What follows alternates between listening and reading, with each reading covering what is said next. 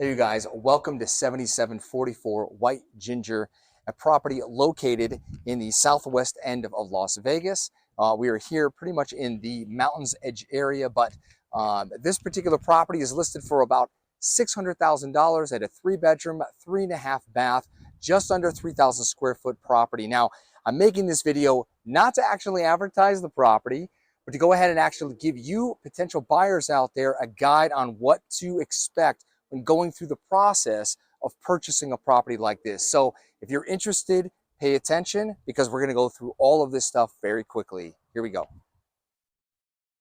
Now, as you can see, this is an extremely beautiful property. Now, something that you may personally want to go ahead and entertain the idea of purchasing yourself, but you don't know how to go through that process. So the very first step that you're going to want to go ahead and get started in the process of purchasing a home is your pre-approval letter. Now, obviously, if you're buying a property with cash, the pre-approval is completely unnecessary because you're going to be taking the money out of your bank account and going ahead and turning that over in order to acquire the property.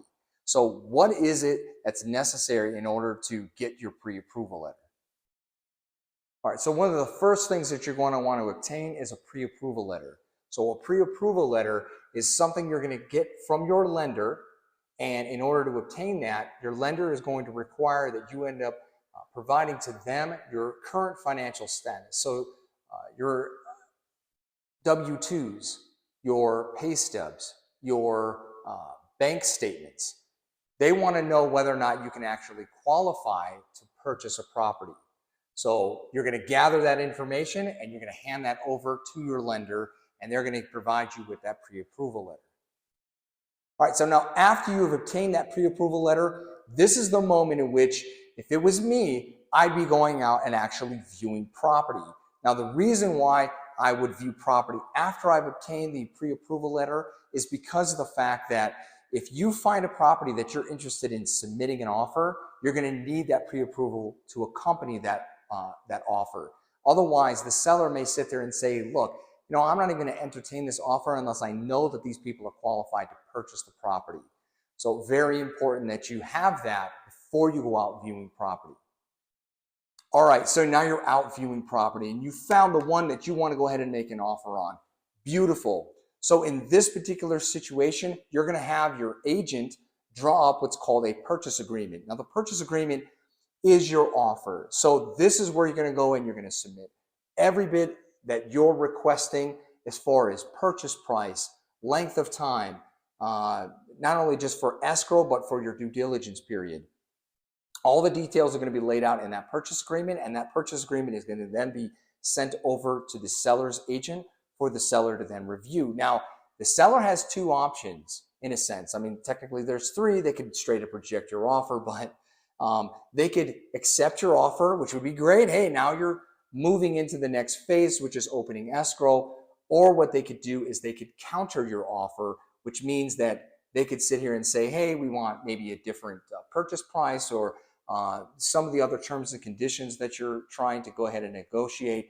They're going to sit here and they're going to say, okay, well, we want X, Y, Z. So you're going to go back to the drawing table in a sense, or go back to your real estate agent, go over all the details, and then decide how you want to respond to that seller's counter.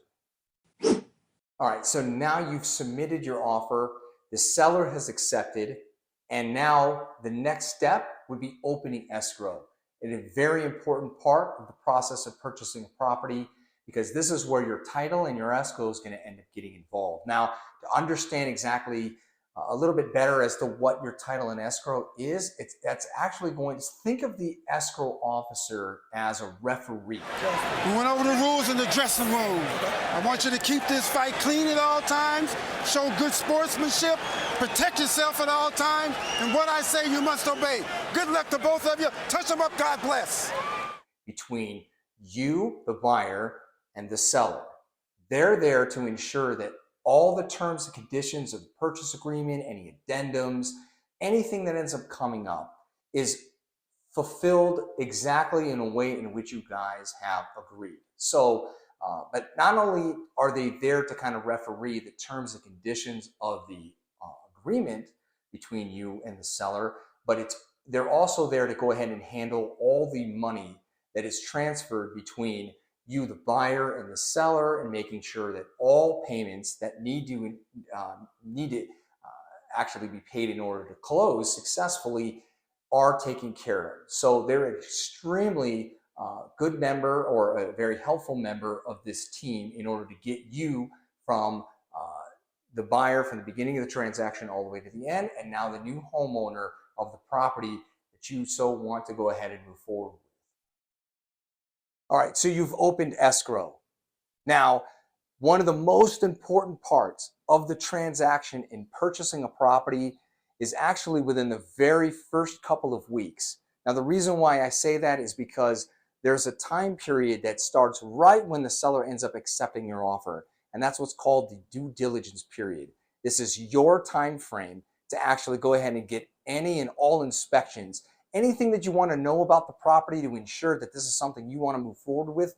This is the time to actually get that done. So whether or not you're hiring electricians or general contractors, or let's say a roofing company, go ahead and check out what's going on with the roof. But generally, every buyer hires what's called a home inspector. Now, these people come through and they look at just about everything when it comes to the home, and then ends up providing you with what's called a report, an inspection report that you're going to go through with your agent, if your agent's treating you as they should, guiding you through that inspection report so that you fully know exactly what's going on with the property based on what's in that report. From that report, you can then go back and tell the seller, hey, look, you know what? Everything looks great.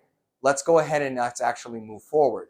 If the property ends up coming out with a couple of things that concern you, now either you can have a more professional, specialized individual such as an electrician, a roof inspector, actually come in and look at more specifically what's going on with those areas. But let's just say that you're like, hey, you know what?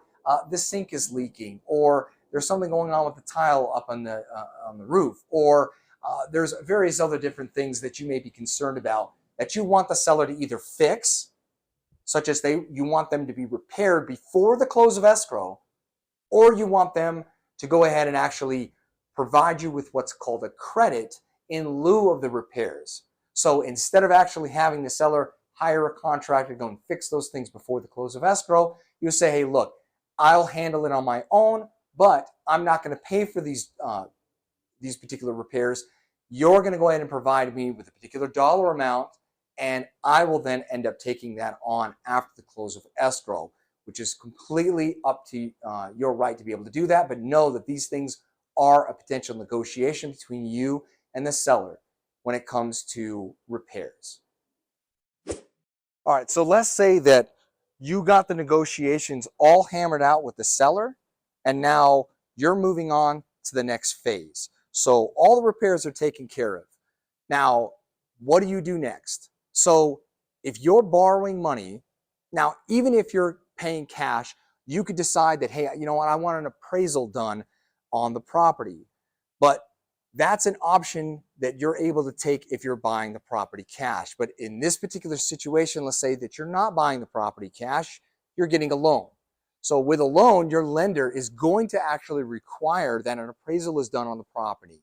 Now, the reason for this is because the lender does not want to pay more than the property is worth, or they don't want to lend more money than the property is worth, which completely makes total sense.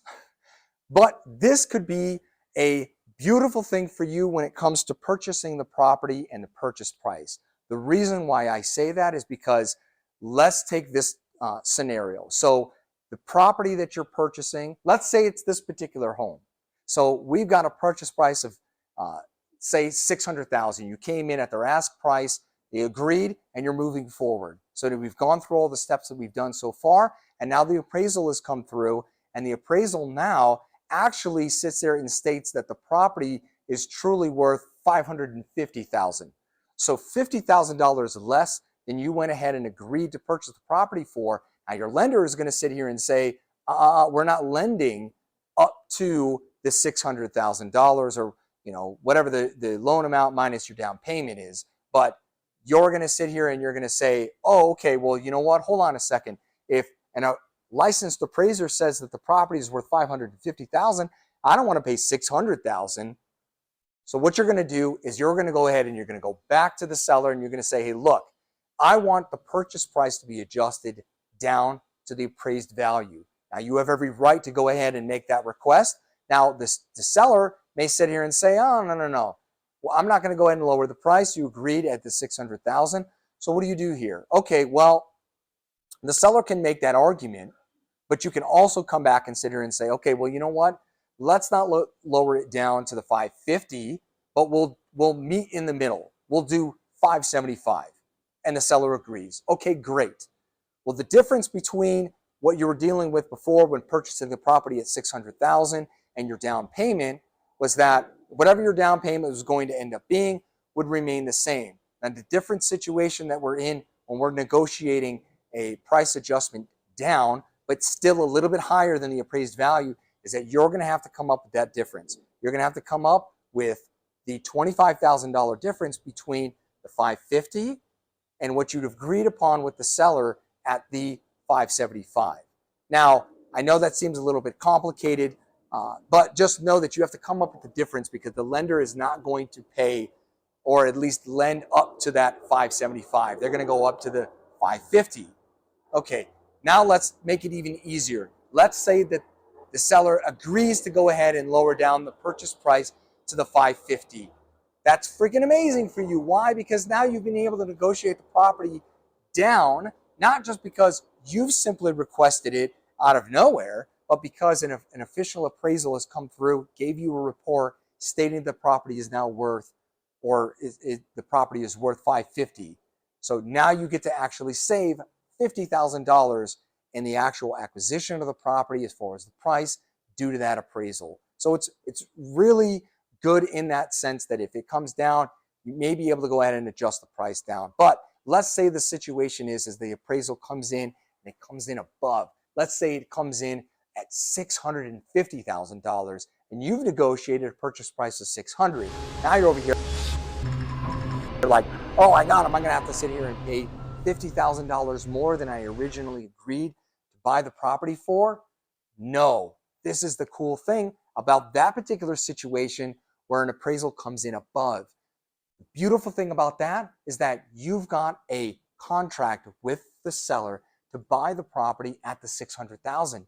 So if you've got some, in a sense, equity that's coming in above that, in this situation that we're arguing is the 50 grand, you're able to go ahead and actually keep that equity in your pocket and purchase the property for the $600,000. So a massive win for you because the day in which you move in, you've already got $50,000 worth of equity. So that's the beautiful thing about the appraisal process. Now, things could get stressful during that situation, but a good real estate agent is going to be able to help you negotiate through those potential situations where the appraisal is lower and you're going to have to go back to the seller. But otherwise, that is one of the other steps that are very important in the process of purchasing a home. All right, so you've got yourself through the inspections. You've got yourself through your due diligence period. You've got yourself through the appraisal process. Awesome. Your transaction is trekking along nicely. Now, what is the next step?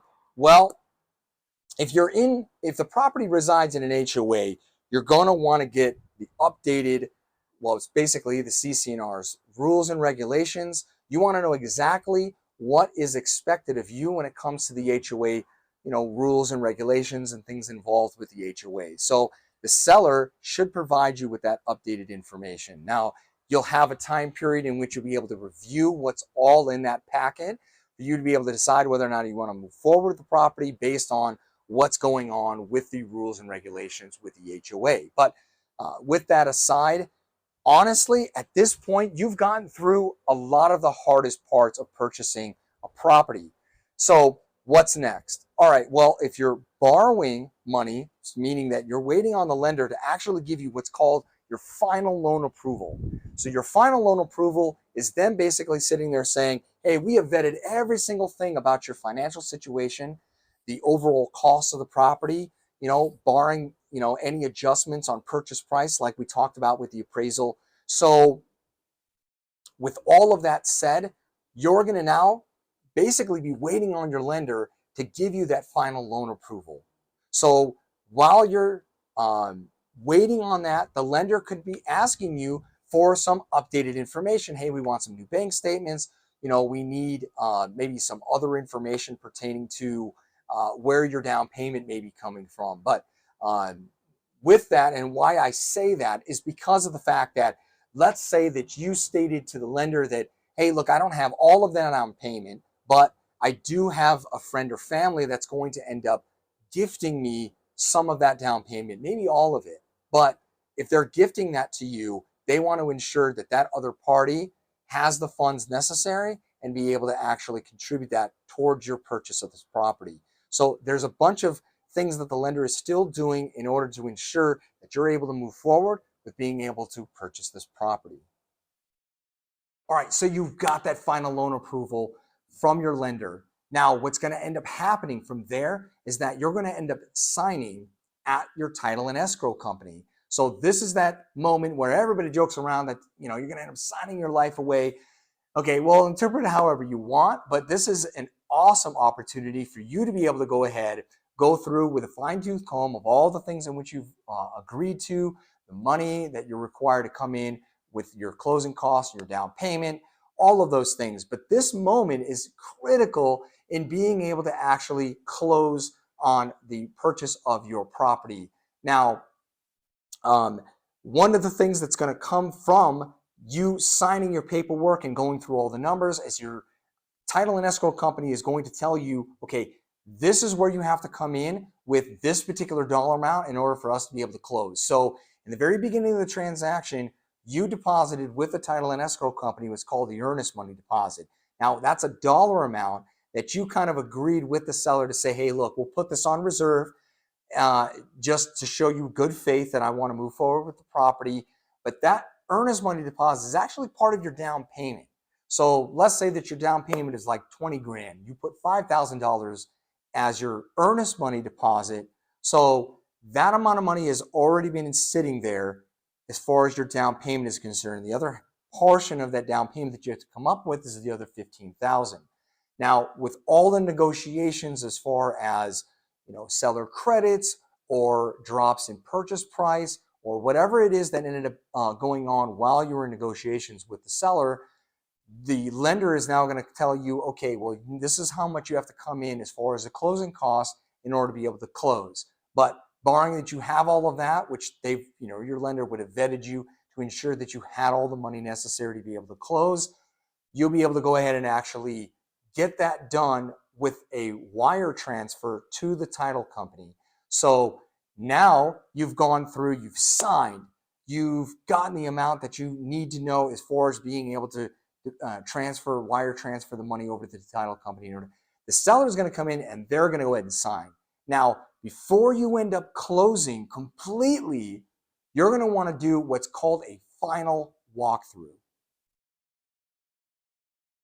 So what is it about this final walkthrough that's so important? Okay, well, we went ahead and we negotiated with the seller that if there was any sort of repairs that they agreed that they were going to fix, this is your opportunity to go through the entire property, and you're going to want to ensure that all the things that the seller agreed to fix, they went ahead and fixed. Now, aside from just checking on the things in which the seller agreed to go ahead and fix, you want to go ahead and just take a look at the overall condition of the property. You want to make sure that they didn't, accidentally punch some holes in the wall as they were moving, or let's say that there was some sort of mysterious water leak has now flooded a portion of the property, or that the property is in the condition in which you and the seller agreed that the property would be in when you take possession of the property.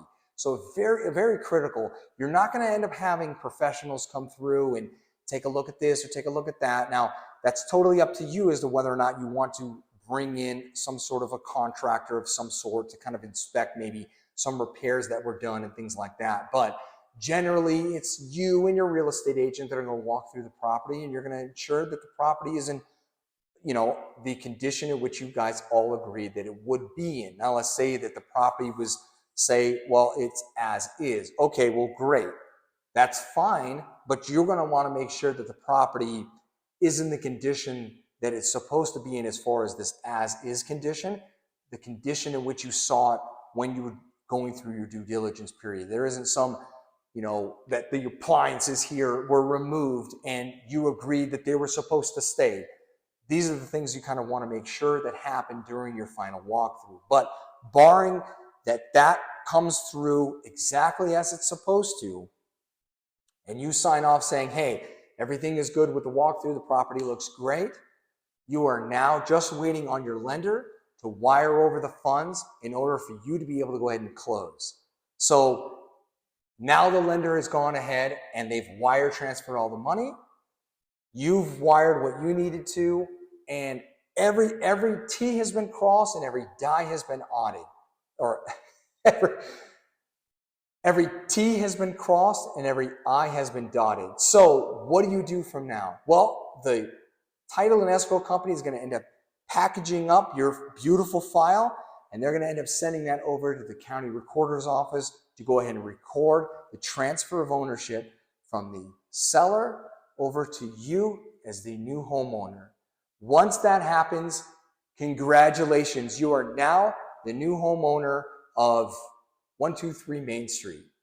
Now, all of the things that we just went over is everything kind of involved on a very general basis as far as what you can expect when purchasing a property. Now, if you want to know some very specific things about, let's say, what is an earnest money deposit, or how, what really you need to be taking a look at when you're going through your due diligence period and you're doing a home inspection, what things should you be looking for? What things should you be looking for before you even get to that point? While you're going around and you're viewing property, what things should you be looking for to kind of tell you that this is a red flag or that's a red flag? Well, in future videos, I'm going to go through all of those things. So if I was you, stay tuned. If you're watching this on YouTube, subscribe, click the notification bell to be alerted to new videos when it comes to all things real estate related. But if you are looking to purchase a property in Southern Nevada, so that is in the Las Vegas, Henderson, and North Las Vegas area, give me a call. I am a licensed real estate agent in Nevada, been practicing real estate for the last 10 years.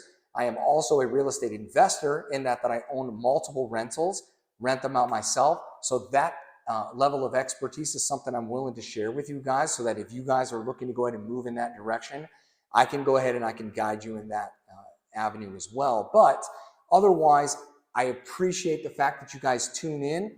And again, if you guys need anything when it comes to advice with real estate, your transactions, or investing in property, please do reach out to me. I will leave my information in the description below. But otherwise, I thank you guys for tuning in, and I'll see you guys in the next video.